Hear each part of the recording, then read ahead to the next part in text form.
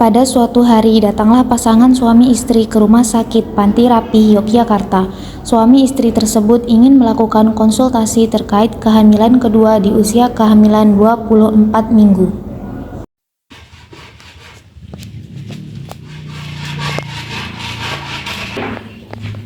Assalamualaikum.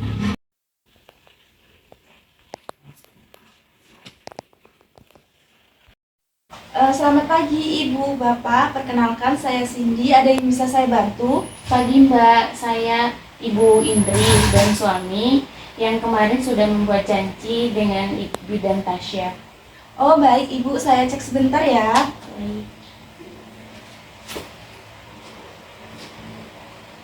Oh iya, nama Ibu sudah ada di daftar untuk bertemu dengan Bidan Tasya ya Ibu ya. Baik Bapak dan juga Ibu, silakan untuk menunggu sebentar ya. Terima kasih, Mbak. Assalamualaikum. Waalaikumsalam, masuk.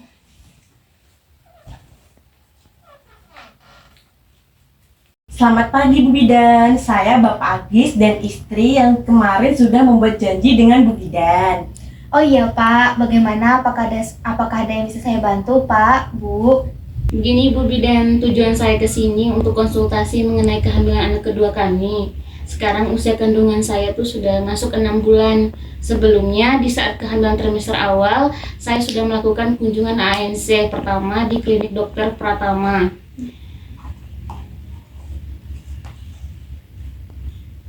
Pada saat kehamilan pertama, saya melahirkan dengan persalinan sesar karena bayi saya besar Ibu Bidan. Waktu saya melakukan kunjungan ANC, kehamilan di dokter menjelaskan bahwa proses persalinan anak kedua kami ini bisa dilakukan secara normal, tetapi harus di rumah sakit.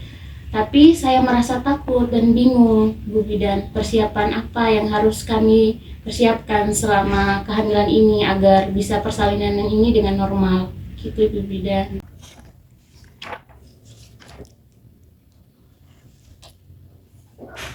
Sebelumnya saya ingin bertanya Ibu, jarak persalinan anak yang pertama dan anak yang kedua ini berapa tahun ya Bu? Dulu saya melahirkan anak pertama pada tahun 2019 itu antara anak pertama sama anak kedua saya itu 4 tahun Ibu. Oh begitu ya Bu. Lalu dari kehamilan trimester pertama sampai trimester kedua ini apakah ada keluhan? Waktu trimester awal ada Bu Bidan yaitu mual muntah, tapi alhamdulillah mual muntahnya masih normal Ibu. Untuk trimester kedua ini saya tidak ada keluhan. Baik Ibu dan Bapak, sebelum kita masuk pada persoalan kasus Ibu, saya di sini akan menjelaskan terlebih dahulu terkait VBAC. Karena tadi Ibu mengatakan Ibu takut untuk melakukan persalinan secara normal, begitu nggih? Jadi VBAC ini adalah singkatan dari vaginal birth after cesar atau dikenal sebagai persalinan normal setelah sesar. Ini merujuk pada upaya untuk melahirkan secara alami melalui jalan lahir setelah seseorang wanita sebelumnya telah menjalani operasi sesar untuk persalinan sebelumnya. Apakah itu tidak berbahaya bagi saya Ibu Bidan melihat saya sebelumnya melahirkan secara sesar? Melihat dari persalinan Ibu tadi bahwa sebelumnya Ibu melahirkan secara sesar karena bayi Ibu yang besar. Tapi kehamilan dan persalinan sebelumnya apakah Ibu ada mengalami komplikasi? Alhamdulillah tidak Ibu Bidan. Alhamdulillah jika tidak ada, Ibu tidak perlu khawatir ataupun merasa takut karena untuk mempersiapkan persalinan VBAC ini ada banyak yang harus diperhatikan dan dilakukan serta dipertimbangkan mulai dari kondisi Ibu selama masa hamil ini, lalu nanti ada beberapa pemeriksaan lainnya yang akan membantu Ibu apakah Ibu benar-benar bisa melakukan VBAC ini atau tidak. Sebelumnya saya ingin bertanya, untuk persalinan kedua ini apakah Ibu ingin melakukan persalinan secara normal atau sesar? Sebenarnya saya ingin melahirkan secara normal Ibu Bidan. Saya tidak ingin operasi sesar lagi. Jika memungkinkan saya ingin mencoba persalinan normal untuk anak kedua ini. Saya paham apa yang Ibu inginkan. Pada kasus seperti ini memang membutuhkan pertimbangan dan kondisi khusus apabila si Ibu telah melaksanakan 2 kali tindakan sesar. Pernah mengalami kembar sungsang atau distosia, Ibu mengalami obesitas, umur kehamilan lebih dari 40 minggu, berat lahir bayi nantinya lebih dari 4.000 gram, memiliki riwayat diabetes mellitus dan berbahaya lainnya. Dicurigai makrosomia, jarak dari kelahiran sebelumnya adalah 18 bulan, dan riwayat teknik ST atau sayatan operasi sesar sebelumnya memiliki letak lebih rendah dengan arah horizontal.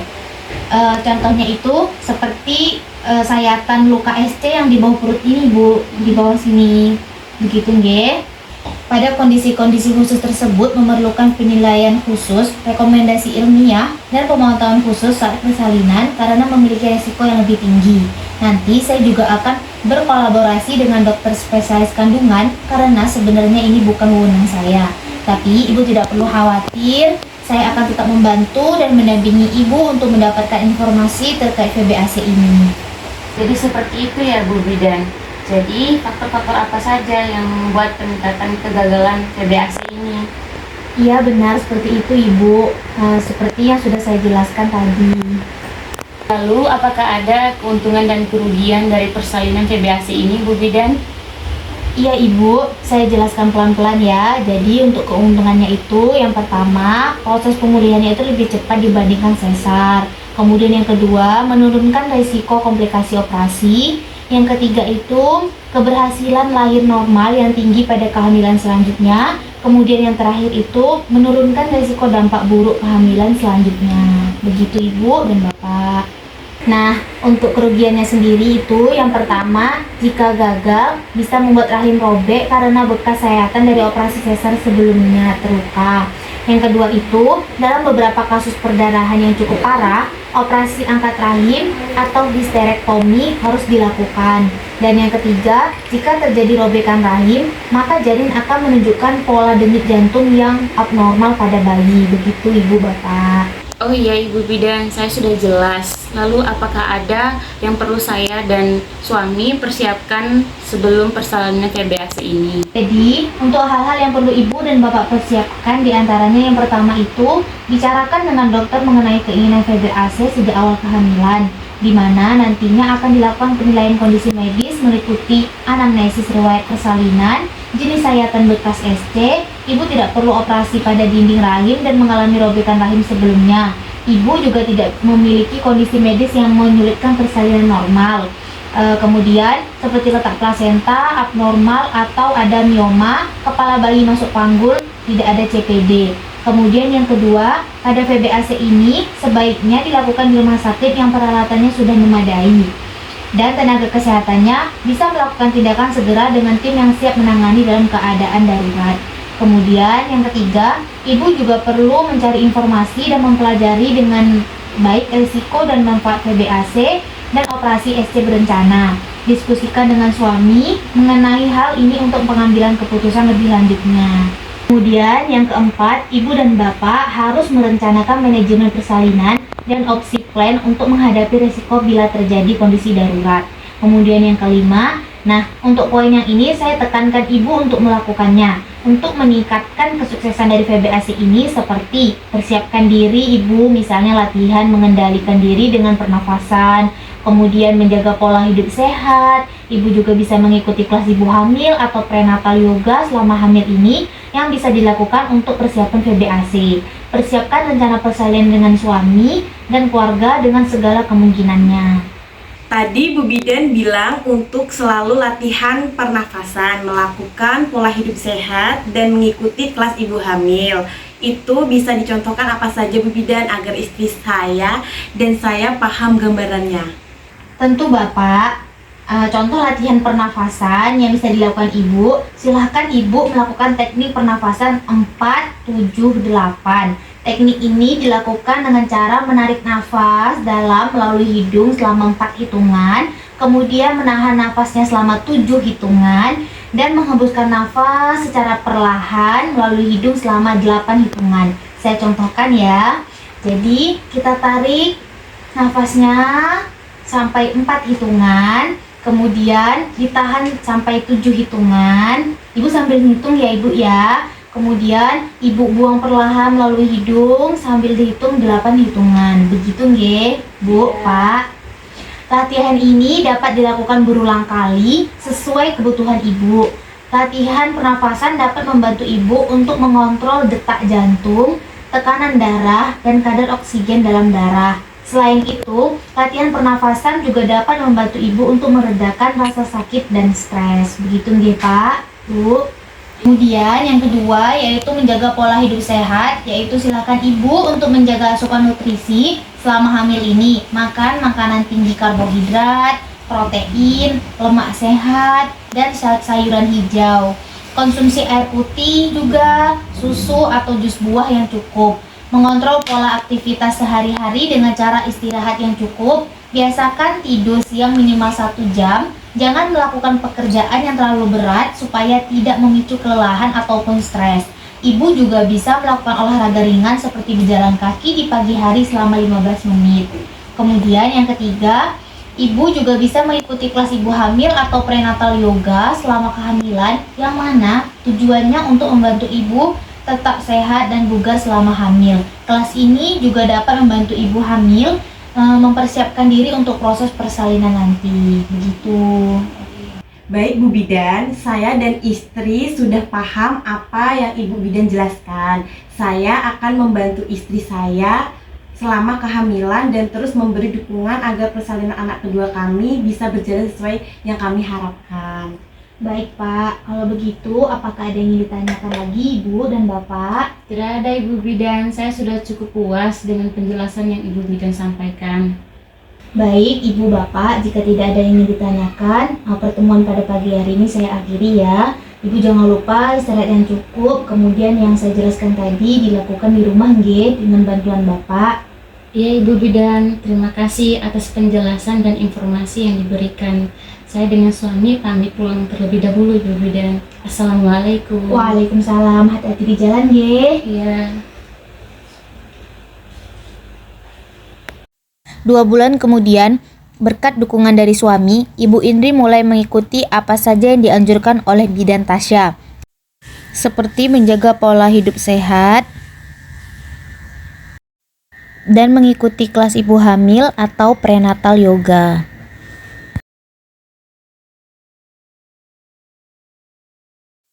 Dan rutin memeriksakan kandungannya ke fasilitas kesehatan. 1 bulan kemudian, Ibu Indri datang ke Rumah Sakit Panti Rapih, Yogyakarta untuk memeriksakan kandungannya yang sudah memasuki trimester ketiga ditemani oleh suami. Selamat siang Ibu Indri dan Bapak Agis, bagaimana kabarnya? Selamat siang Bu Dokter, Alhamdulillah saya dan istri baik. Saya lihat dari raut wajahnya Bu Indri sangat happy sekali ya. Ya Ibu, saya senang banget dengan kehamilan kedua ini. Alhamdulillah saya ikut senang mendengarnya ya Ibu. Lalu bagaimana Ibu keadaan si kecil di rumah, sehat? Alhamdulillah sehat Dok. Bagus kalau begitu Ibu Bapak. Sesuai janji kita, Ibu katanya ingin melakukan kontrol USG ya? Betul Dokter, saya mau melihat perkembangan anak kami di kandungan, apalagi ini sudah mendekati persalinan. Sebelumnya apakah selama trimester ketiga ini Ibu ada keluhan? Tidak ada keluhan Dokter, cuma saya sedikit deg-degan karena sudah mendekati HPL. Oh iya Ibu, tidak perlu khawatir ya, saya paham apa yang Ibu rasakan saat ini. Ini merupakan hal yang wajar ya Ibu, apalagi sudah mendekati persalinan. Saya sarankan Ibu harus terus perbanyak afirmasi positif, berdoa, menjaga pola hidup yang sehat, dan terus melakukan latihan pernafasan agar ketika persalinan nanti dimudahkan. Baik Dok, saya sudah menerapkan hal itu agar persalinan saya nanti lancar. Baik, kalau begitu silakan Ibu bisa langsung berbaring di kasur ya. Saya akan melakukan pemeriksaan USG. Iya Ibu. Bisa dilihat ya Ibu, Bapak, ini adanya ini aktif sekali ya gerakannya. Lalu untuk usia kandungannya sekarang 37 minggu ini. Lalu posisi kepala bayi berada di bawah atau sudah memasuki pintu atas panggul ya. Lalu untuk denyut jantungnya juga bagus ini, yaitu 125 denyut kali per menit. Ini untuk berat badan adiknya ini juga normal, yaitu 3000 gram. Lalu untuk letak plasentanya juga bagus, tidak menutupi jalan lahir ya. Ini bisa dilihat. Jenis kelaminnya juga sudah terlihat ini, yaitu perempuan. Alhamdulillah kalau hasil USG-nya bagus Dokter. Berarti istri saya bisa melahirkan normal kan? Insya Allah bisa Bapak. Dari hasil pemeriksaan keseluruhannya, istri Bapak bisa melahirkan proses persalinan secara normal. Bagaimana Bapak, apakah sudah jelas? Sudah jelas, Dok. Sudah dokter, terima kasih ya dok atas penjelasannya. Alhamdulillah rasa takut saya hilang dan menjadi percaya diri untuk melakukan persalinan VBAC ini. 2 minggu kemudian, tepat tanggal 6 Desember 2023 pukul 5 pagi, terdengar suara tangisan bayi perempuan, yaitu anak dari pasangan Bapak Agis dan Ibu Indri yang lahir secara pervaginam.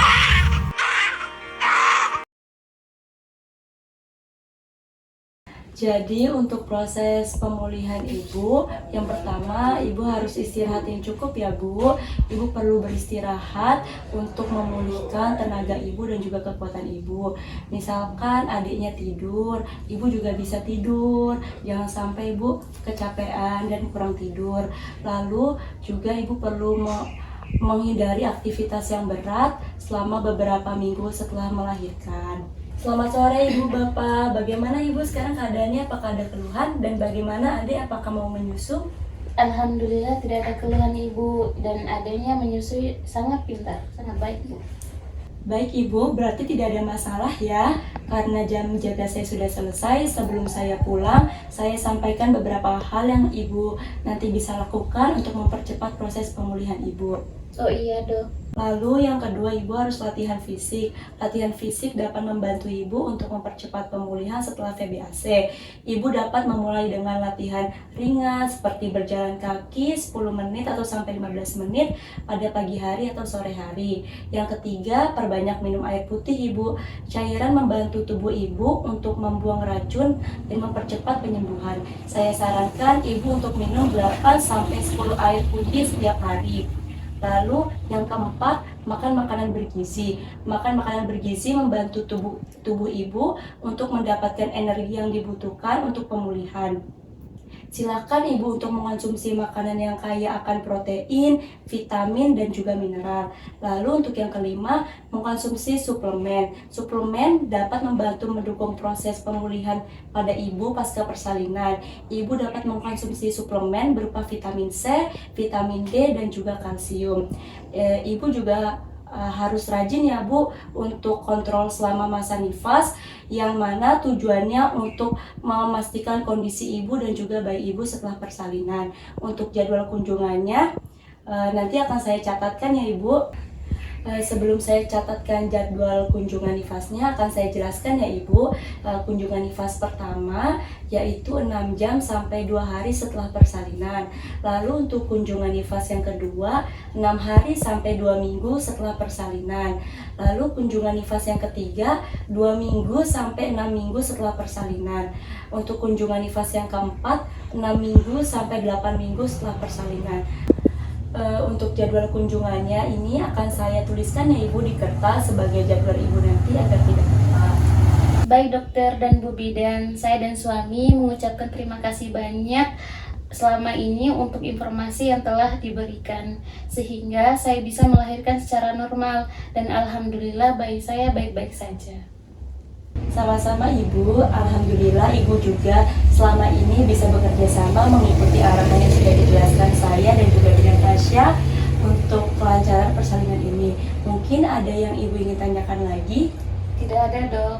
Baik, nanti jika Ibu butuh bantuan, silakan untuk memanggil dokter atau bidan yang berjaga ya Bu. Semoga Ibu lekas pulih supaya besok sudah diperbolehkan pulang. Kalau begitu saya pamit untuk pulang ya Ibu, Bapak. Iya Ibu, terima kasih. Terima kasih dokter, Ibu Bidan. Iya, sama-sama Bapak Ibu, permisi. Iya.